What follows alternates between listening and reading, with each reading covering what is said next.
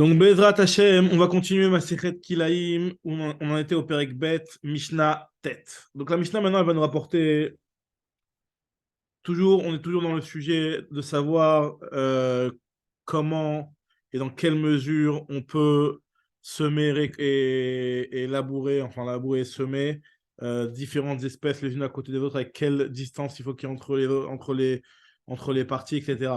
On avait vu qu'il y avait même des fois des cas où ça pouvait être même juxtaposé, s'il y avait un mur qui séparait, ou si il y avait on voyait clairement, on arrivait clairement à distinguer la fin du champ d'à côté. Donc là, maintenant, on va voir si quelqu'un il aurait une karachat, il aurait un terrain, et il veut que son sadé, son terrain qui est composé de plusieurs petits mini carrés de terrain, il voudrait savoir combien maximum d'espèces il peut labourer et il peut semer dans ce champ-là. Alors, c'est la sadé ou karachat mikolmin, celui qui voudrait faire dans son champ des petites bandes de terre d'espèces différentes. Combien il pourra en faire? Alors là, nous dit la Gemara, la Mishnah, je veux dire plutôt, Osim esrim verba karachot le betsea. Pour un betsea, il pourra faire 24 karachot. Alors qu'est-ce que c'est un betsea? C'est quoi exactement cette distance-là? Un karach, alors là, dans le Barthénora, c'est expliqué en long, en large. Il y a des fois dans certaines Mishnah où ils mettent les dessins, etc. Donc moi, je vais expliquer rapidement. En fait, un betsea, c'est 50 amot sur 50 amot. Donc c'est 2500 amot carrés. Maintenant, celui qui voudrait faire 24 bandes de terrain dans 50 amotes sur 50 amotes, là, ça reviendrait à dire qu'en fait, chaque bande de terrain, elle fasse combien? Alors, si on divise déjà ce terrain-là de 50 amotes sur 50 amotes en 25 petits carrés, on obtiendrait 5 de long sur 5 de large, on en obtiendrait 25. Ce qui veut dire que si tu divises les 50 amotes en 5, c'est-à-dire que tu as 5 fois 10 amotes, sur 5, et qui sont sur 10 amotes, sur 50 amotes, je veux dire, c'est aussi la même chose, 5 fois 10 amotes, donc on obtiendrait effectivement 25 petits terrains qui seraient chacun de 10 amotes sur 10 amotes. Donc voilà, donc si on décompose le BCA qui fait 50 amotes sur 50 amotes en mini-terrain en mini-terrain, donc si on divise en 25, donc ça ferait, tu divises en 5 par 5, en 25 petits carrés. Chaque carré ferait 10 amotes sur 10 amas. 10 amas sur 10 amas, donc ça c'est, jusque-là c'est pas chou. Alors, sinon on voudrait en obtenir 24, donc on veut agrandir un petit peu chaque terrain pour que, au lieu d'en avoir 25, on en obtiendrait 24. En fait, ça correspondrait à prendre le 25e terrain et à le découper en 24 petites lamelles. Alors, ça veut dire quoi, le découper en 24 petites lamelles? On est dans la théorie, on est un petit peu dans les mesures. Donc, comment ça peut se faire? Donc, un terrain, on avait dit que chaque terrain, il fait 10 amotes sur 10 amotes. Si on prend ce terrain de 10 amotes sur 10 amotes et on le divise en 24, ça nous ferait combien? Ça nous ferait 24 petites lamelles qui chacune mesurerait 10 amotes sur un 24e de 10 amotes. C'est combien un 24e de 10 amotes? Sachant qu'une ama, c'est 6 fachim. Une ama, c'est 6 fachim. Donc 10 amotes, c'est 60 fachim.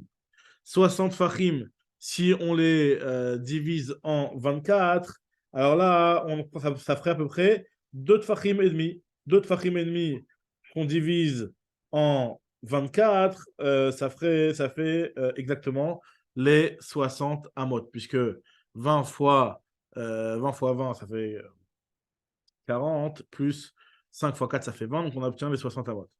Donc voilà, donc c'est exactement le calcul. Et en fait, la bande de terrain, un 24e d'un BCA, ça correspond. Donc si on prend cette petite lamelle-là et on la juxtapose aux autres terrains, ça fait en fait un terrain qui fait 10 amotes sur 10 amotes et 2 tfachim et demi.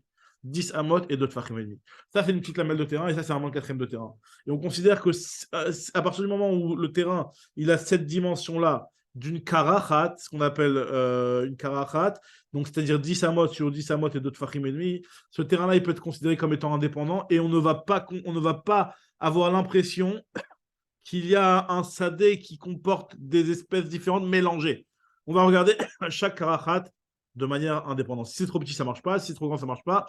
C'est la distance, c'est la dimension qui correspond. Donc là, dans les mots maintenant de la Mishnah, si on essaie d'expliquer la Mishnah, Arotse la faute Atsadeu, celui qui voudrait faire son champ, Karachat Mikolmin, il utiliserait une Karachat de chaque espèce. Osesrim Verba Karachot le Betsea, il pourra faire à partir d'un Betsea 24 Karachot, comme on l'a expliqué. Et Mi Karachat les Bet Rova. Et en fait, chaque Karachat, elle s'appelle un Bet Rova, puisque c'est un 24e de CA, sachant qu'un CA, c'est 6 Kavin, qui est lui-même 4 Logim. Donc, ça reviendrait à un Bet Rova, un 24e, c'est un Rova à Mechila. Contraire. C'est ça, oui, en fait, c'est 6 cabines. Donc, un quart de cave, effectivement, c'est un 24e de CA, tout simplement. Vezorea, nous dit la Mishnah, Vezorea, Betora, Kol Michirtse, il pourra semer dans ce champ-là n'importe quelle espèce qu'il désire. Aïta Karachat Achatoshtaim, Zor An Khardal, si maintenant il lui reste une ou deux karachot, on pourra même y mettre du Khardal, puisque le Khardal, c'est une espèce qui est particulière, puisque si on en fait moins que deux, moins que trois plutôt, on n'a pas l'impression qu'on a un terrain. Pour être considéré comme un terrain parmi de la récolte, il faut au moins que ce Khardal, il ait au moins trois karachot, et là, ça donne l'impression d'un terrain, et donc là, effectivement, ça posera un problème, on aurait l'impression qu'il y a un mélange de Khardal dans notre champ. Tandis que si jamais il y a moins que ça, on n'a pas l'impression de voir un terrain. C'est pour ça que nous dit la Mishnah ici que si dans notre champ, on a une karachat de Betrova ou alors deux karachot qui sont semés avec qui sont labourés avec semés avec du khardal, des graines de moutarde. Donc ça ne ressemble pas à un champ de khardal dans un champ de tvoua. Et donc c'est pour ça qu'on va considérer que c'est autorisé. Mais par contre, si jamais il y en a trois, ça ressemblerait à un champ de khardal dans le champ de la récolte, puisqu'on n'a pas l'habitude de faire des grands champs de khardal. Et donc les autres espèces, même si on a trois en réalité, ça ne ressemble pas à un champ, puisqu'on a l'habitude au contraire d'en mettre beaucoup ensemble. Tandis que dans le khardal, à partir de trois, c'est déjà considéré comme un grand champ. En tout cas, nous dit la Mishnah, Aïta karcha achad zor an khardal, shalosh lo yizraim khardal, tu ne pourras pas la faire en temps avec du khardal, mi pene shinir et kisde khardal, ça ressemblerait à un champ de khardal d'ivré Rabbi Meir. Chachamim, lui, il a un autre avis complètement sur toute cette histoire-là, et dit que tu ne peux pas labourer 24 parcelles dans ton champ de Betsea. Chachamim rim, teisha karachot mutar, eser asurot. Tu peux, en réalité, lui considérer que si jamais il n'y a pas au moins une karachat, au moins un betrova qui sépare une karachat de l'autre, tu ne pourras pas labourer. Donc finalement, dans ton champ que tu as décomposé en 25 petits terrains, et ben, finalement, tu pourras en labourer ici que 9, c'est-à-dire que 1, tu laisses un espace d'un terrain, d'une petite karachat, une deuxième, tu laisses un espace d'une autre karachat, et une troisième. C'est-à-dire que finalement, une ligne où tu en mets que 3. La deuxième ligne, tu en mets aucune. Et la troisième ligne, la même chose. 1, 2, 3. Donc on a déjà 6. La quatrième ligne, je laisse complètement vide. Et la cinquième ligne, 1, 2, 3. On arrive à 9 karachot dans notre champ. Et pas 10. Rabbi Teisha karachot mutarot eser asurot. Rabbi Eliezer Yaakov, lui, a un avis qui est particulier. Même le Barthénora, il dit que lui-même, il n'a pas réussi à comprendre quelle est la signification de cet avis-là. Et en fait, Rabbi Eliezer ben Azaria Omer, Afilou kol sadeu bet kour, même si jamais son champ il est immense, et il fait un cours c'est 30 seim, donc c'est 30 fois plus grand qu'un betsea, lo yaase betocha chusmi karachat achat, il ne peut faire qu'une seule karachat d'une seule espèce, et tu ne peux pas mélanger les espèces. Voilà, donc ça c'est la Mishnah tête. Maintenant, dans la Mishnah Yud, on va essayer d'expliquer un petit peu exactement dans quelle mesure dans un champ on peut mettre deux espèces qui sont juxtaposées en les séparant d'une certaine manière. Alors on va voir exactement dans la Mishnah comment ça se passe, puisqu'on va expliquer que la distance qu'il doit y avoir entre deux champs, pour que deux champs de céréales différents, pour que ce ne soit pas considéré comme un mélange, c'est qu'il faut qu'il y ait un betrova. Betrova, ça va être dans la deuxième partie de la Mishnah, on va expliquer ça. À partir du moment où il y a un Betrova, c'est le champ qu'on avait dit tout à l'heure. C'est 10 amot sur 10 amot et 2 tfachim et demi. Là, c'est considéré comme une séparation entre deux champs. Maintenant, même si finalement les champs, le champ, ils sont l'un côté de l'autre sur une très grande longueur, tu laisses un Betrova de séparation, ça va être suffisant. Alors, là, on va dire dans la Mishnah, Kol shiu betoch rova, tout ce qui est dans un Betor Betrova, Betor Betrova, dans le Betrova qui est mafsik, donc puisque dans la Mishnah plus tard on va nous expliquer qu'un Betrova c'est ce qui sépare deux céréales. Là on est en train d'expliquer est-ce qu'il faut que ce soit un Betrova seulement de quelque chose qui est labourable ou même d'autres choses. Là on nous dit que tout ce qui est dans le Betrova, ça fait partie du Betrova pour être considéré comme une séparation. Ole Bemidat Betrova, ça fait partie du Betrova. Alors par exemple, nous dit la Mishnah Achilat Gefen, par exemple, ce que le terrain qui est autour d'une vigne, ce qui est nécessaire pour travailler la vigne. Ça peut aussi être considéré comme faisant partie d'un betrova qui séparait entre deux terrains. Vers kever, pareil aussi un cercueil, vers sela ou un rocher. Olin bemidat betrova, tout ça, ça fait partie du betrova pour pouvoir composer le betrova. Et la Mishnah maintenant nous donne la fameuse halakha que tevoa bitvoa betrova. Si maintenant on veut nous séparer un champ d'une certaine céréale avec un champ d'une autre céréale, il faut qu'il y ait comme séparation un betrova. Maintenant, yarak beyarak, si on veut séparer des légumes, le champ d'un légume envers un autre légume, là, la distance elle est plus petite, elle est de sitfachim uniquement. On a besoin d'une séparation de sitfachim. Même si pour des céréales, il fallait qu'il y ait un betrova, c'est beaucoup plus grand, puisqu'un betrova, c'est 10 amot sur 10 amot et 2 tfachim et demi. Là, on peut se suffire de sitfachim entre deux types de Yerakot. Maintenant, nous dit la Mishnah, Tevoa, Beyarak, si jamais il y a d'un côté une céréale et on veut mettre juste à côté, dans l'autre champ d'à côté, on veut mettre des légumes, ou alors Yarak Betvoa. Peu importe, nous dit la Mishnah, à partir du moment où il y a de la récolte, c'est Betrova. Comme ça, il pense Rabbi Tanakama.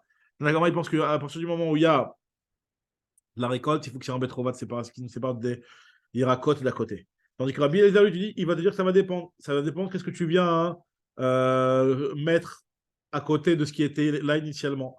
Yarak Bitvoa, si tu veux mettre à côté d'un champ qui était de récolte, tu veux ramener des légumes, alors là, tu devras t'éloigner. Tu pourras te suffire de t'éloigner de Sitfachim. Yarak Bitvoa, Shishat Fachim. Ça suffira de te.